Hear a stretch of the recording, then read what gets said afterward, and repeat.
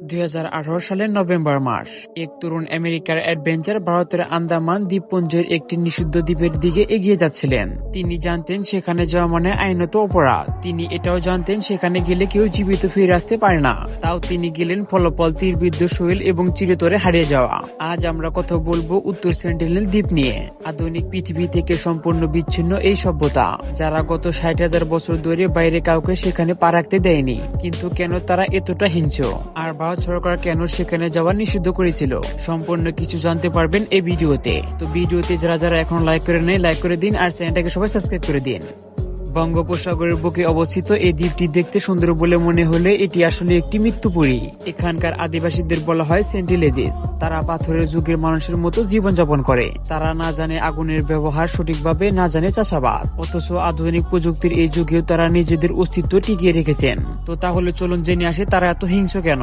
ইতিহাসের কালো অধ্যায়। আপনাদের মনে হতে পারে তারা কতটা সামাজিক, এর পেছনে আছে এক তিক্ত ইতিহাস।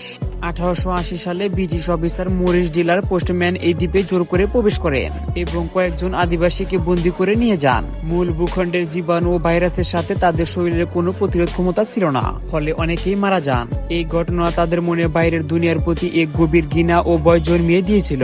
তো এরপরে বাকি শিশুদের অসুস্থ অবস্থায় দ্বীপে ফিরে দিয়ে আসা হয়েছিল।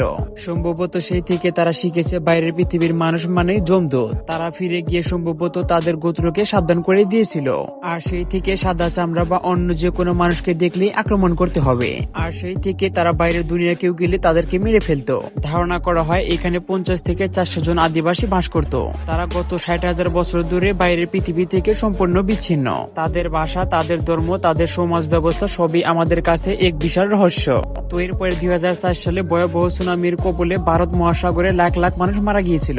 ভারত সরকার ভেবেছিল সেন্টিনেল দ্বীপ হয়তো নিশ্চিহ্ন হয়ে গেছে। তো এরপরে নিশ্চিত হওয়ার জন্য একটি হেলিকপ্টার পাঠানো হয় সেই দ্বীপের উপর দিয়ে। কিন্তু অবিশ্বাস্যভাবে দেখা গেল জঙ্গল থেকে এক আদিবাসী বেরিয়ে এসে আকাশে উড়ন্ত হেলিকপ্টারের দিকে তীর নিক্ষেপ করে। কোনো প্রযুক্তি ছাড়া, কোনো আশ্রয় ছাড়া তারা প্রকৃতির সেই মহাপ্রবল থেকে বেঁচে ফিরেছিল। তারা বুঝিয়ে দিয়েছিল আমাদের কারো সাহায্যের প্রয়োজন নেই। তো বর্তমানে এই দ্বীপে 5 কিলোমিটারের মধ্যে যাওয়া আইনগত অপরাধ। কিন্তু কেন? এর প্রধান কারণ দুইটি: নিরাপত্তা ও জৈবিক ঝুঁকি। প্রথমে রয়েছে নিরাপত্তা। যারা সেখানে যায় তাদের জীবন বিপন্ন, এমনকি ভারত সরকারও সেখানে তাদের বিরুদ্ধে কোনো মামলা করতে পারে না। তো এরপরে রয়েছে জৈবিক ঝুঁকি।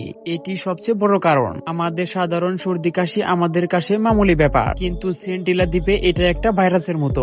আপনি যদি সেখানে যান তবে আপনি অজান্তেই একটি পুরো জাতি গোষ্ঠীকে বিলুপ্ত করে দেওয়ার ভাইরাস বহন করে নিয়ে যাচ্ছেন, কারণ আপনি হতে পারেন তাদের বিলুপ্তের শেষ কারণ। তবে আজকের দিনে ভিউ ও সাবস্ক্রাইবারের নেশায় অনেক ইউটিউবার বা অ্যাডভেঞ্চার এই দ্বীপে যাওয়ার ঝুঁকি নেওয়ার চেষ্টা করেন। কিন্তু মনে রাখবেন এটা কোনো সিনেমার সেট নয় এবং এখানে কোনো বাটানো নেই। থাম্বনেইলে যাকে আপনি ইডিয়েট হিসেবে দেখছেন তাদের কাজ শুধু নিজেদের জীবন নয়, বরং একটি প্রাচীন আদিবাসী গোষ্ঠীর অস্তিত্বকে ঝুঁকির মুখে ফেলে দেয়। উত্তর সেন্টিনেল দ্বীপ আমাদের এই শিক্ষা দেয় যে পৃথিবীর সবকিছুর উপর মানুষের জয় করা প্রয়োজন নেই। কিছু কিছু রহস্য অজানায় থাকা ভালো। প্রকৃতি তাদের যেভাবে রক্ষা করছে সেভাবে তাদের থাকতে দেওয়া আমাদের নৈতিক দায়িত্ব, কারণ আমাদের কোনো অধিকার নেই কোনো গোষ্ঠী বা কোনো আদিবাসীদের উপর জোর খাটানো। আপনি কি মনে করেন আধুনিক পৃথিবীর উচিত কি জোর করে তাদের সাথে যোগাযোগ করা, নাকি তাদের এই শান্তি কি হস্তক্ষেপ করা আমাদের অধিকার নেই?